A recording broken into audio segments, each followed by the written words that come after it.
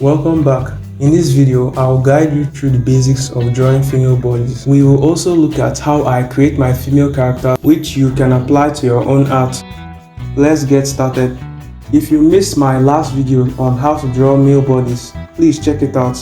Spoiler alert, it involves muscles, lots of muscles. Okay, to be honest, I'm drawing only one character, so just one body. Today, we'll focus on understanding the basics of female body construction. No complicated anatomy lessons here, just the essentials.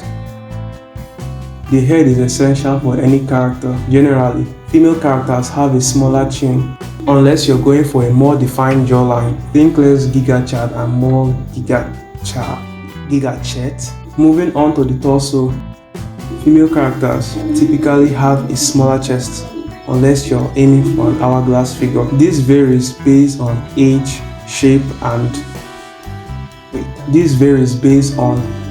weight, and body type. Remember, not all characters need to look like they walked out of the wrong way. Variety is the spice of art.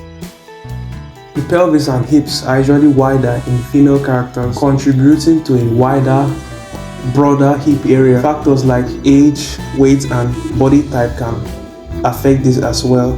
Then I add in the line art. Then I move on to the base color, add in the shade too. Here's a pro tip: always save your progress. Trust me, there's nothing worse than losing hours of work just because you got into the zone and forgot. And there you have it, a video on how to construct female bodies.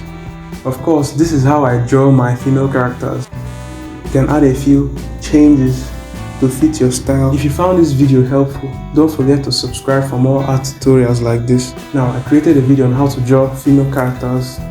Watch this video next if you want to see how to draw male characters. Thanks for watching.